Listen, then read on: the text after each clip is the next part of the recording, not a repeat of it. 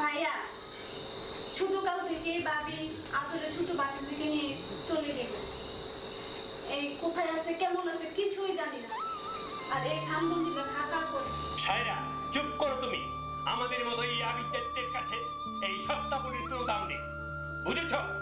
আমরা গরিবদেরকে শোষণ করব, এটাই স্বাভাবিক নিয়ম। আমরা সারা জীবন বড় ছিলাম, সারা জীবন বড় থাকবো। তোর কথায় আমরা কিছুই করবো না। ওই জাহিদ মাস্টার চাইছিল স্কুল প্রতিষ্ঠা করার জন্য, তার জমি জমা বন্ধক দিয়ে। আর তুমি তার সরলতার সুযোগ নিয়ে সকল সম্পত্তি তোমার নামে দলিল করে নিয়েছো। সায়রা ভাইয়া তুমি আমাকে হুকুম করো, ওর মুখটাকে আমি বন্ধ করে দিই। তোমরা পারো ভাইয়া গলা উঁচু করে আমার মুখ বন্ধ করতে, কিন্তু একটা কথা মনে রাখো, এই সুবর্ণপুরের গ্রামের মানুষ যখন একদিন জেগে উঠবে তখন তোমরা কিন্তু পালাতেও পারবে না। শুনেছো কথা?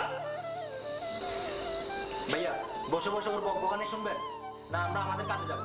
ঠিক বলেছিস ছোট, চল। চলেন ভাইয়া। শোন, যাওয়ার আগে আমার বলে যাচ্ছি, সংযত হয়ে যা, নগদ তোর খারাপ আছে। সায়রা যা হচ্ছে এ সহ্য করার মতো না, বুঝলি?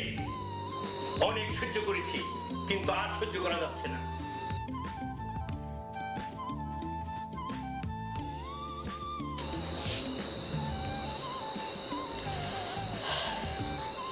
ভাইয়া তোমরা তো বুঝলে না, একদিন গরিব দুঃখের অভিশাপে ধ্বংস হয়ে যাবে, সেদিন মনে পড়বে আমার কথা।